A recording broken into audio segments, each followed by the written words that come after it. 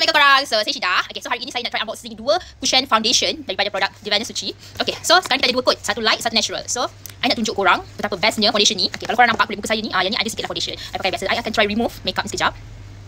Nampak tu. Okay, ini kulit asal. Okay, no filter. Ni memang kulit asal lah. Nampak? Kulit kuning semua. Okay, kita buang dulu. Okay, ini tengok banyak redness kat sini. Sebab kulit kita tak bersih sesuci lebaran. Nampak? Betul-betul teruknya. Okay, ini adalah kulit asal saya. Nampak tu? Dia macam ada sedikit cela kat sini. Sebab hari tu saya try nak buang kumis-kumis halus tu.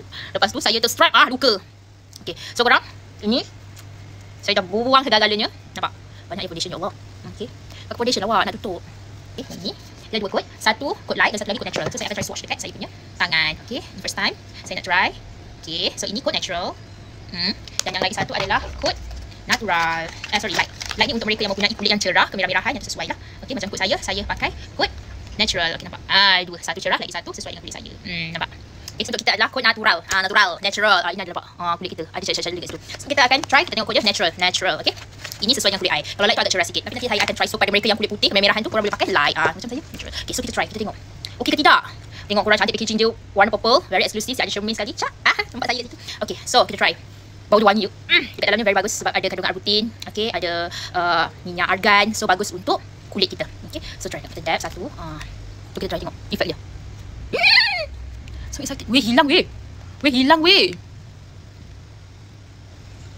Weh, very lawa je dia punya efek.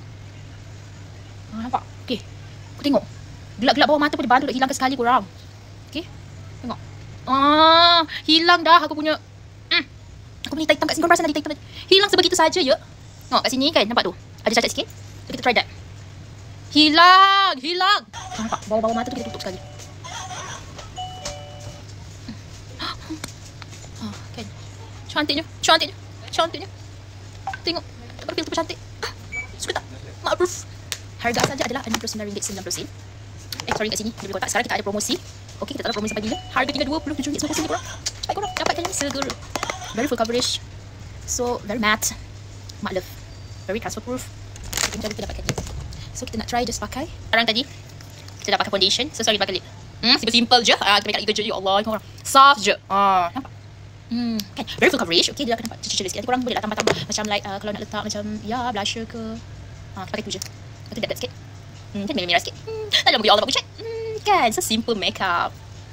Kita multitask semua boleh tengok. Ada merah-merah. Tak ada begitu pucat kan, macam bawa sakit je tak ada. Lepas tu merah macam tu. So simple. Senang tak look kita. Tak perlu nak bawa satu rumah. Kita bawa dua ni je pun dah cukup dah. Dah cukup.